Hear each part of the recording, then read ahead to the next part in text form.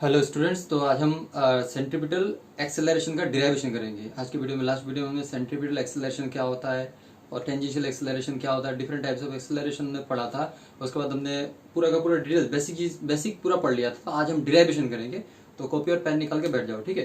तो स्टार्ट करते हैं। डिराइवेशन करना है तो सपोज डिराइवेशन कैसे करेंगे, सेंट्रीपिटल एक्सेलरेशन, सेंट्रीपिटल एक्सेलरेशन, ठीक है। सेंट्रीपिटल एक्सेलरेशन का हमको डिराइवेशन करना है। दिख रहा है ना, कोई दिक्कत तो नहीं है।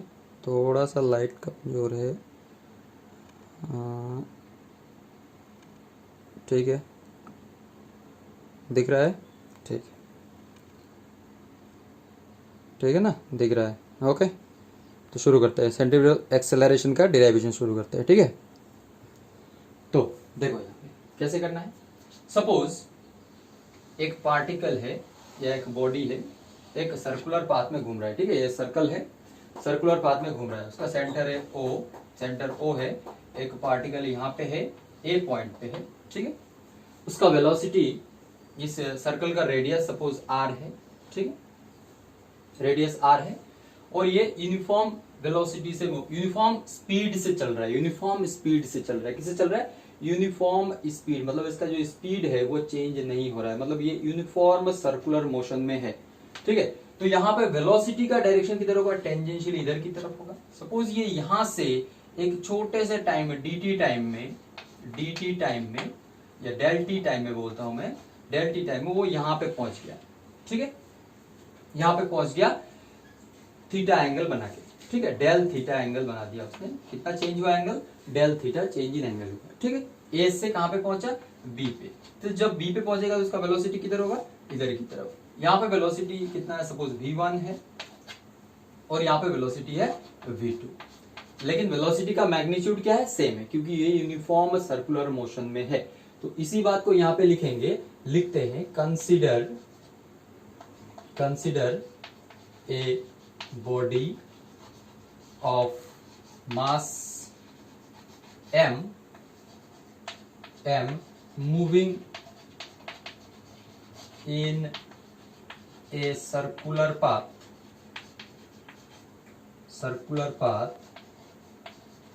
of radius, suppose radius है r, with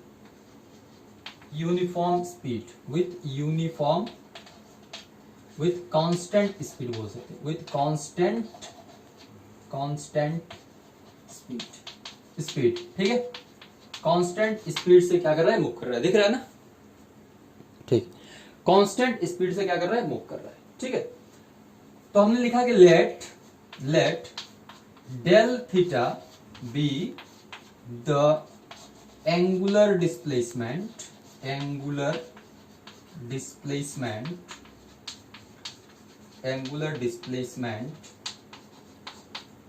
in time del T.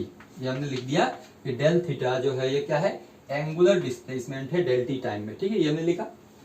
तो हमने लिखा यहाँ पे कि consider a body of mass am moving in a circular path of radius r with a constant speed. Constant speed का मतलब क्या है कि ये वेलोसिटी यहाँ पे v1 है, यहाँ पे वेलोसिटी v2 है, लेकिन इसका मैग्नीट्यूड क्या है? सेम है। मैग्नीट्यूड क्या है? सेम है। मतलब हम लिख सकते हैं कि magnitude of v1 is equal to magnitude of v2, ठीक है। और दोनों को क्या मान लेते हैं? सपोज मान लेते हैं v।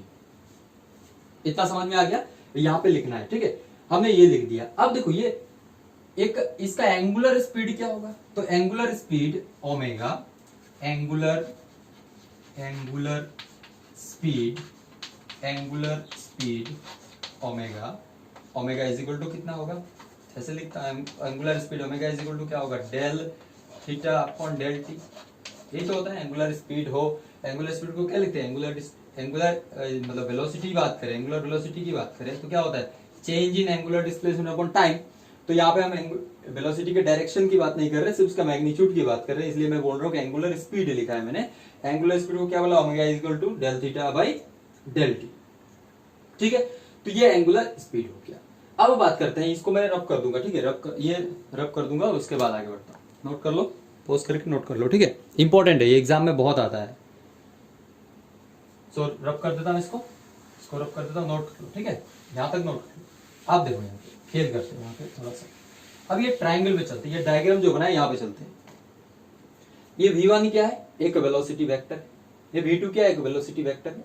v1 और v2 क्या है, वेलोसिटी है। इसका मैग्नीट्यूड क्या है, सेम है, क्योंकि ये यूनिफॉर्म सर्कुलर मोशन में है। मैंने थोड़ा पहले बोला कांस्टेंट स्पीड से चल रहा है, मतलब इसका मैग्नीट्यूड और इसका मैग्नीट्यूड क्या है, सेम है। मतलब इसका लेंथ और इसका लेंथ क्या है, सेम है।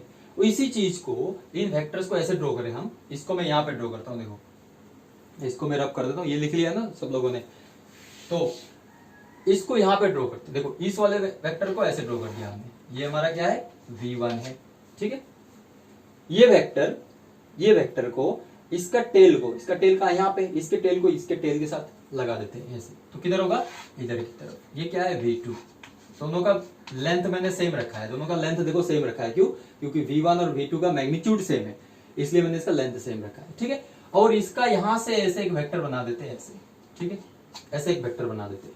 कहां से बनाया, इस वाले v1 के हेड से v2 के हेड की तरफ एक वेक्टर बना दिया, ठीक है। तो अगर ट्राइंगल लॉ यूज करें, triangle law vector addition use करें, तो ट्राइंगल का ये एक साइड हो गया और ये एक साइड हो गया, ठीक है।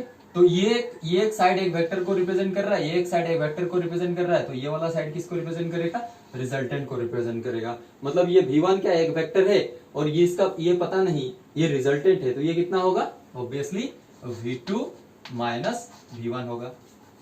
कितना होगा, v2 माइनस, जगह भी नहीं हो रहा है, v2 vector minus v1 vector, और उसको मैंने लिख दिया सपोज डेल v वेक्टर, दिख रहा है, डेल v वेक्टर, ठीक है ना। इसको क्या लिखा, v2 माइनस v1 होगा। तो वो याद करो, ट्राइंगल जैसे ये एक ट्राइंगल लॉ में कैसा था, ये एक ऐसे था और ये रिजल्टेंट था। तो a वेक्टर b वेक्टर, तो ये क्या होता था, r इज इक्वल टू क्या होता था, a vector plus b vector होता था। तो a vector plus b vector, तो अगर a वेक्टर दिया हुआ है, ये दिया हुआ है, तो ये नहीं निकल सकता क्या, r माइनस a कर दो, ठीक है ना। तो यही हमने यहाँ पे किया, रब कर दिया मैंने इसको। अब देखो यहाँ पे, अब ये एंगल कितना होगा, कोई बता सकता है कि ये एंगल कितना होगा, ध्यान से देखो। तो इस ट्राइंगल में ये एंगल कितना है, थीटा है, ये एंगल कितना है, थीटा है, और इन दोनों के बीच में एंगल कितना है, 90 डिग्री। मतलब मैं बोल सकता हूँ कि ये v1 जो है वो क्या है, परपेंडिकुलर टू ये है, और ये इन दोनों के बीच में भी तो एंगल कितना है, 90 डिग्री। तो एक चीज याद रखना है कि ये दोनों लाइन के बीच में जो एंगल है ना, ये यही है रूल क्या है कि ये दोनों लाइन के बीच में जो एंगल है कितना है, डेल थीटा, वही एंगल, ये जो इस लाइन के ऊपर जो परपेंडिकुलर है और इस लाइन के ऊपर जो परपेंडिकुलर है, इन दोनों के बीच में भी वही एंगल होगा, डेल थीटा, ठीक है। कैसे होगा, ये मैथमेटिक्स की बात है, बस इतना याद रखना है कि इसका थीटा होने से इसमें थीटा होगा। क्यों थीटा होगा, क्योंकि ये इस पे परपेंडिकुलर है और ये भी इस पे परपेंडिकुलर है। तो रूल ये कहता है कि इन दोनों लाइन के बीच में जो एंगल होता है वही इस लाइन के और इस लाइन के परपेंडिकुलर लाइन के बीच में भी एंगल उतना ही होता है, इसलिए यहाँ पे क्या लिखा, डेल थीटा, ठीक है। तो यहाँ पे अगर इस ट्रायंगल में चले तो हम ऐसे लिख सकते हैं ना, डेल थीटा, देखो del theta is equal to, अगर मान लीजिए बहुत छोटा है, ये क्या है, बहुत छोटा एंगल है, बहुत छोटा एंगल है, तो हम इसको एक आर्क मान सकते हैं। क्या मान सकते हैं, आर्क। चलो यहाँ पे नहीं चलते, यहाँ पे चलते, यहाँ पे चलते। In triangle O A B, इस ओ ए बी की बात करते हैं, इस ट्राइंगल में ओ ए बी की बात करते हैं, ठीक है। इस ओ ए बी में हम बोल सकते हैं ना कि del theta is equal to A B by r. क्यों, क्योंकि थीटा स्मॉल है, ए बी को मैंने क्या मान लिया, आर्क मान लिया, arc by radius is equal to theta होता है, तो angular displacement del theta is equal to A B by r, ठीक है, इतना लिख दिया। अब ध्यान से देखो, तो ये जो ट्राइंगल है ना, ये जो ए बी है, ए बी, इसको ऐसे लिख सकते हैं, यहाँ पे इस वाले ट्राइंगल और इस वाले ट्राइंगल में क्या है, सिमिलरिटी है, क्या सिमिलरिटी है, देखो ये दोनों ट्राइंगल सिमिलर है। कैसे सिमिलर है, ये वाला ट्राइंगल ऐसे लिख सकते हैं, ट्राइंगल, इस ट्राइंगल का नाम एक दे देते हैं ना, P P P Q R नाम दे दिया, ठीक है। तो triangle P Q R similar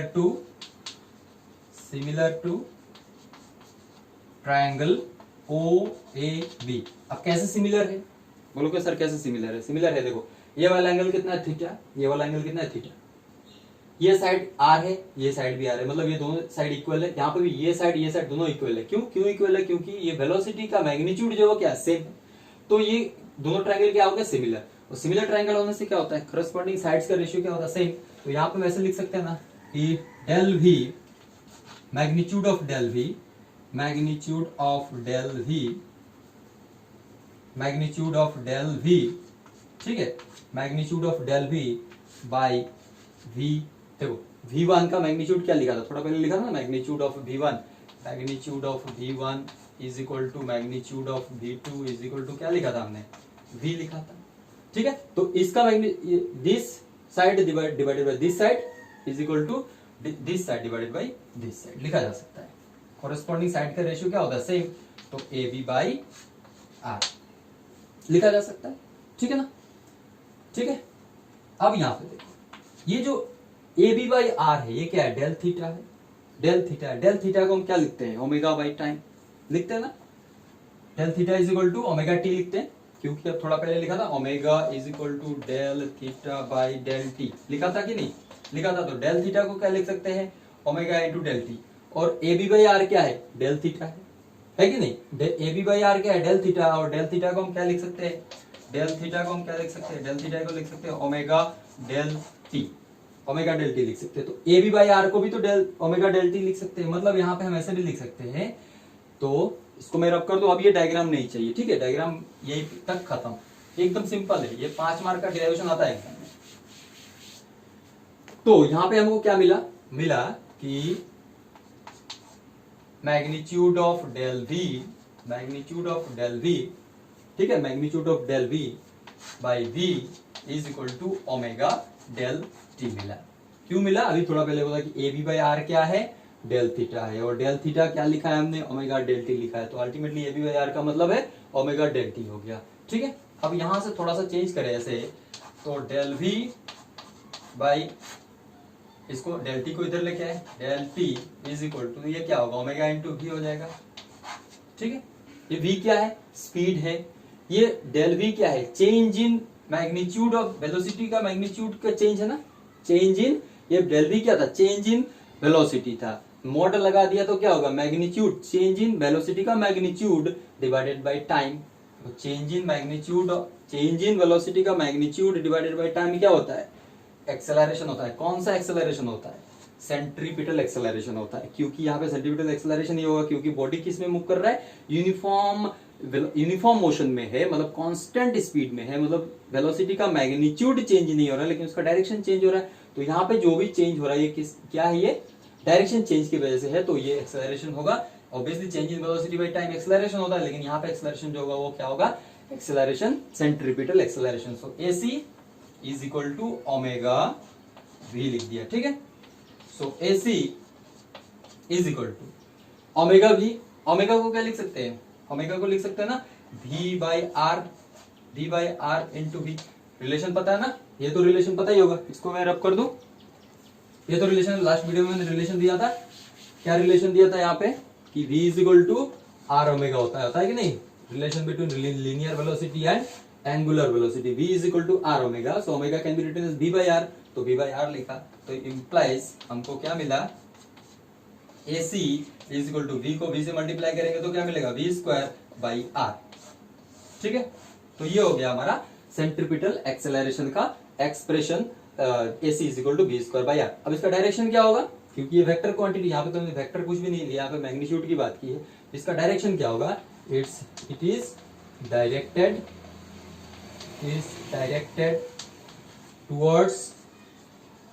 towards the center along the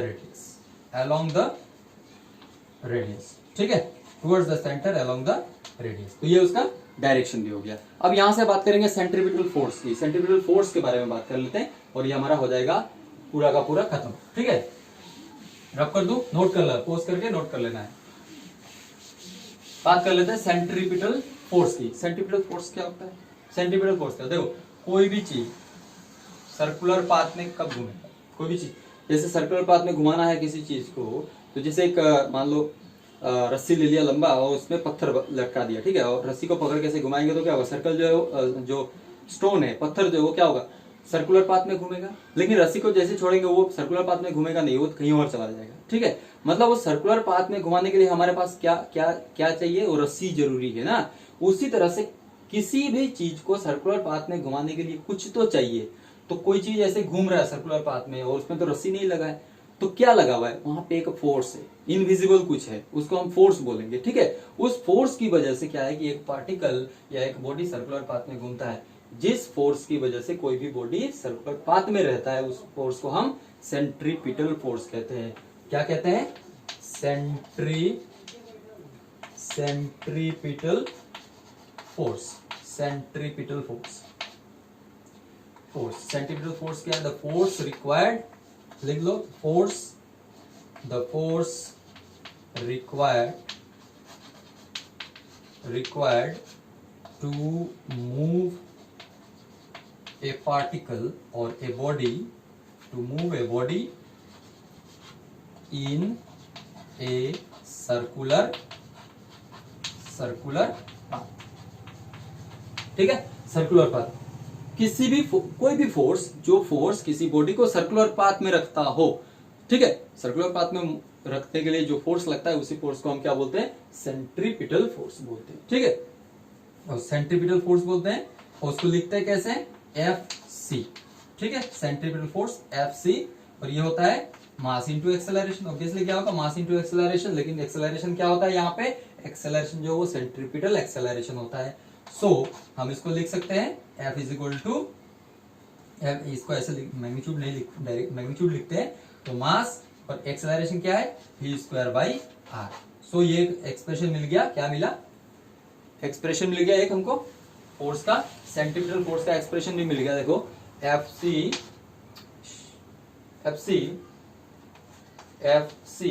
is equal to mv²/r।